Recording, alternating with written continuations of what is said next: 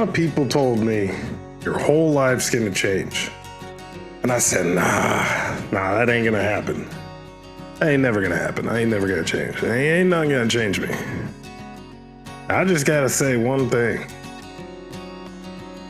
This 100% changed me.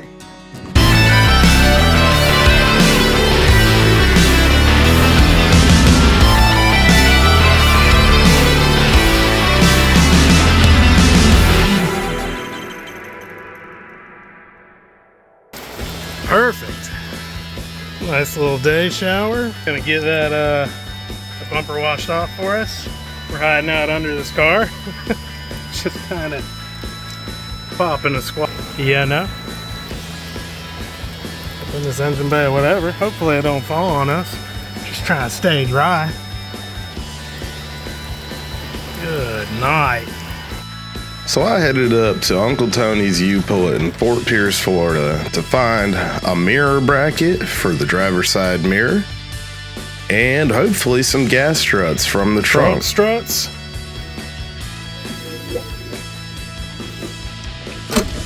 Negative.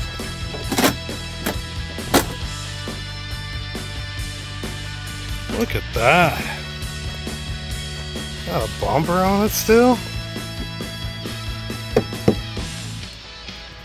Might take that bumper home too. I ended up coming home with this sick bumper cover. Only cost me $50.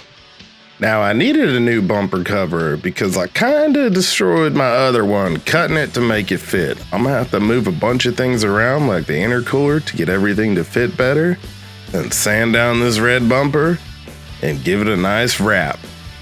But we'll get to that another day.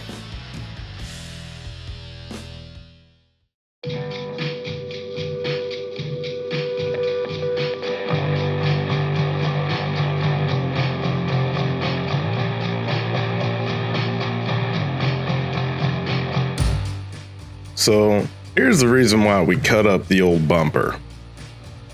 This intercooler sits above these frame rails because it won't sit on them. It sits too high, so we ended up having to cut up the bumper. I didn't like it, so what we're gonna do is we're gonna move this intercooler down below. I may have to lop off these tubes here. Don't know yet, but when we get to that, we'll figure it out.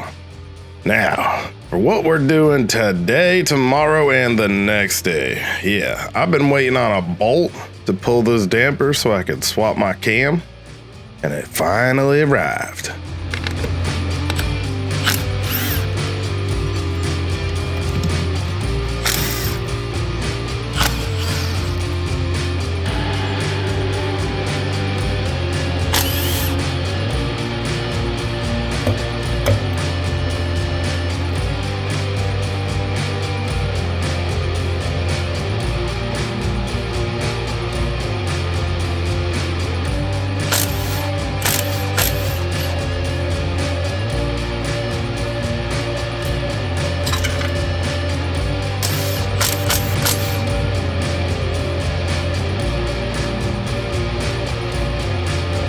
Well guys, do not use welding rod because I'm 99% sure I just heard a lifter drop. Don't let it discourage you. It's all part of hot rodding. Finish line was so close. Now, so far away.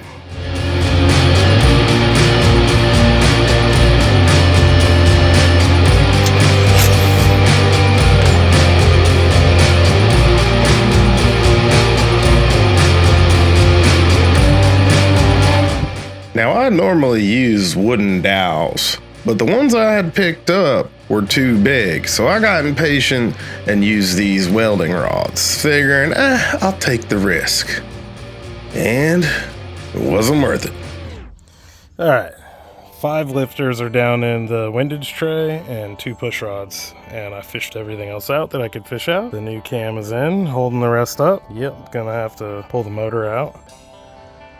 Engine up, out, windage tray drop, 6 lifters now out, all push rods back. Mistakes were made, you know. Hail Mary, Doug and I decked the block there. Did it the old-fashioned way. Got us the glass out and the sandpapers. So if she seals, y'all gonna know it. Homie on the tacos. Oh yeah. Let's get this thing back together. Alright. That was a hell of an effort. It is 5 a.m. We've been going since 7 a.m. yesterday. Non-stop. I'm ready to shower, and I think y'all are ready to hear it. Let's do it.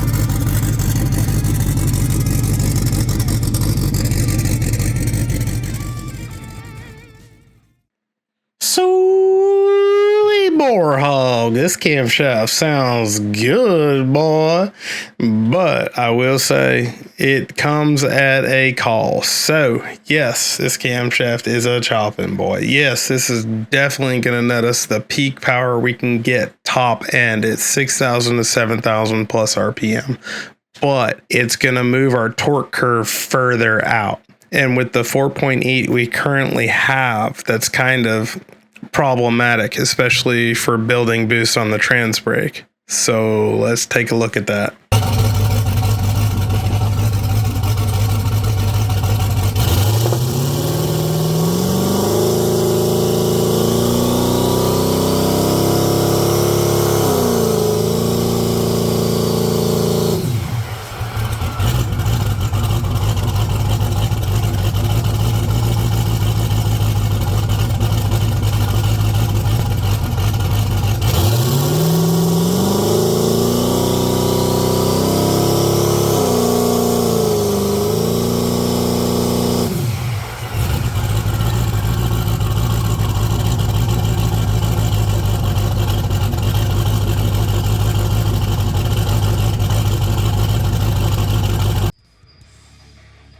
All right, you guys have waited long enough.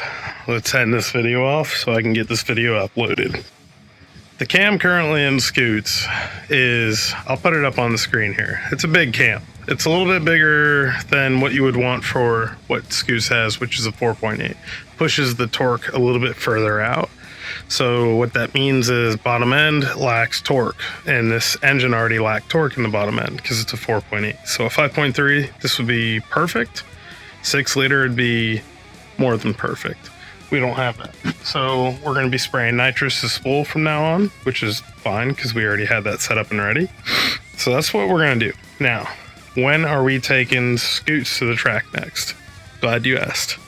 So next thing we need to do for Scoots, the last thing, is confirm the wide open throttle shifts. So we need to take this out on the streets of Mexico, do some wide open throttle hits and just see where they shift and get that dialed in. Once that's dialed in, we're going back to the track and we're gonna hope and pray that we hit our 8-second pass or 9 something. I'll be happy with a 9 something, but if we can hit 8, that would be that much better. So coming soon, Chuck is going to get strapped into the passenger seat. Now Chuck was talking a little bit of mess when last time I went to the track, so I definitely need to make sure a camera is facing Chuck when we start doing these hits, because we're starting at a 1080, and mind you, I'm tuning, so it will be shifting now. So 1080, we'll see what it runs. I have a draggy, we'll see what it runs on the streets. I need to get some track bite. Like I said, Mexico, I can't really do it. We'll just leave it there. We'll be testing in Mexico. And y'all will get to see that next. And then we'll be hitting the track so we can officially, hopefully, hit our goal or get really close to it. Alright guys, sorry this video took so long to get out to you guys. Lot going on. Got Hoss here now, I'm a dad. So daddy privileges come first, you know. And race car now second. But we are not slowing down, so don't freak out about that. Like, we're right there. Alright guys, alright. I hope y'all had a great weekend. If you're new here, make sure to subscribe because we're only going to just keep making great videos and keep going. Those of you that are not new here, let's try to guess what the draggy times will be on the street. I do plan to throw down some track bite or something, so it will be biting on the street, but let's try to guess with shifting what this thing will do in a quarter mile on the street in Mexico. All right, guys, drop your comments below what you think it'll do. I'll see you in the next one.